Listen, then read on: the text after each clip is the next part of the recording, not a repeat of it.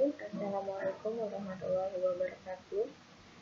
Kenalkan, nama saya Angkatawati dari kelas TP Ganjil 2018 dengan NIM J1B 018 Baik, di sini saya akan menjelaskan tentang etika profesi keteknikan, yaitu fungsi dari etika dan unsur-unsur etika dan kesusilaan. Baik, langsung saja ke pengertian etika. Etika di sini berasal dari bahasa Yunani kuno yang artinya etikos, berarti timbul dari kebiasaan. Jadi, etika adalah sebuah sesuatu di mana dan bagaimana cabang utama filsafat yang mempelajari nilai atau kualitas yang menjadi studi mengenai standar dan penilaian moral. Etika mencakup analisis dan penerapan konsep seperti benar, salah, baik, buruk, dan tanggung jawab.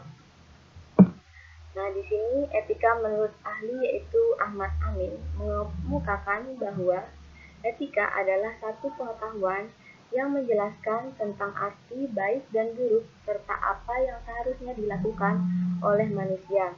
Juga menyatakan satu tujuan yang perlu diraih manusia dalam perbuatannya serta menunjukkan arah untuk melakukan apa yang seharusnya dilakukan oleh manusia. Lalu di sini ada macam-macam etika. Ada dua macam etika yang harus kita pahami bersama dalam menentukan baik dan buruknya perilaku manusia. Yang pertama ada etika deskriptif, yaitu etika yang berusaha meneropong secara kritis dan rasional sikap dan perilaku manusia dan apa yang dikejar oleh manusia dalam hidup ini sebagai sesuatu yang bernilai. Yang kedua, etika normatif, yaitu etika yang berusaha menetapkan berbagai sikap dan pola perilaku ideal yang seharusnya dimiliki oleh manusia dalam hidup ini sebagai sesuatu yang bernilai. Lalu masuk ke jenis-jenis etika. Yang pertama, etika filosofis, yaitu etika yang menguraikan pokok-pokok etika atau moral menurut pandangan filsafat. Dalam filsafat sendiri yang diuraikan terbatas pada baik buruk, masalah hak kewajiban, masalah nilai-nilai moral secara mendasar. Lalu yang kedua, etika teologis.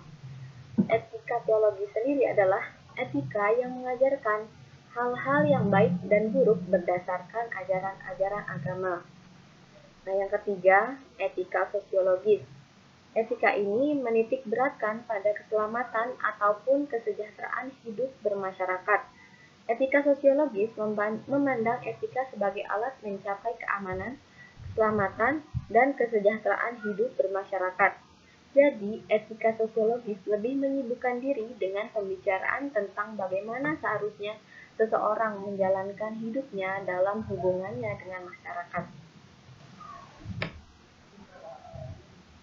Nah, lanjut yaitu fungsi etika.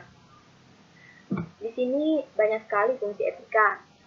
Seperti yang pertama, tempat untuk mendapatkan orientasi kritis yang berhadapan dengan berbagai suatu moralitas yang membingungkan. Lalu untuk menunjukkan suatu keterampilan intelektual, yakni suatu keterampilan untuk berargumentasi secara rasional dan kritis. Lalu untuk orientasi etis ini diperlukan dalam mengambil suatu sikap yang wajar dalam suasana pluralisme. Dapat menolong suatu pendirian dalam beragam suatu pandangan dan moral, dapat membedakan yang mana yang tidak boleh dirubah dan yang mana yang boleh dirubah. Dapat menyelesaikan masalah-masalah moralitas ataupun suatu sosial lainnya yang membingungkan suatu masyarakat dengan pemikiran yang sistematis dan kritis. Dapat menggunakan suatu nalar sebagai dasar pijak bukan dengan suatu perasaan yang bikin merugikan banyak orang, yaitu berpikir dan bekerja secara sistematis dan teratur atau step by step. Dan yang terakhir, dapat menyelidiki suatu masalah sampai ke akar-akarnya bukan karena sekedar ingin tahu tanpa memperdulikannya. Lalu yang terakhir, unsur-unsur pokok dalam etika dan kesusilaan. Yang pertama ada kebebasan. Kebebasan sendiri adalah unsur pokok utama dalam wacana etika. Etika menjadi bersifat rasional karena etika selalu mengandalkan kebebasan. Dapat dikatakan bahwa kebebasan adalah unsur hakiki etika. Yang kedua, tanggung jawab. Tanggung jawab adalah kemampuan manusia atau individu yang menyadari bahwa seluruh tindakannya selalu mempunyai konsekuensi. Artinya, seorang manusia itu harus memiliki kemampuan dalam menjawab segala pertanyaan yang akan timbul dari tindakan-tindakan yang akan diperbuatnya. Yang ketiga, hati nurani. Hati nurani yaitu penghayatan tentang nilai baik atau buruk suatu perbuatan yang dihasilkan oleh manusia. Hati nuranilah yang memerintahkan atau melarang suatu tindakan itu baik atau buruk menurut situasi, waktu, dan kondisi tertentu. Dan yang terakhir, prinsip-prinsip moral dasar. Prinsip kesadaran moral adalah beberapa tataran yang perlu diketahui yang bertujuan memotivasikan tindakan individu dalam kerangka nilai moral tertentu.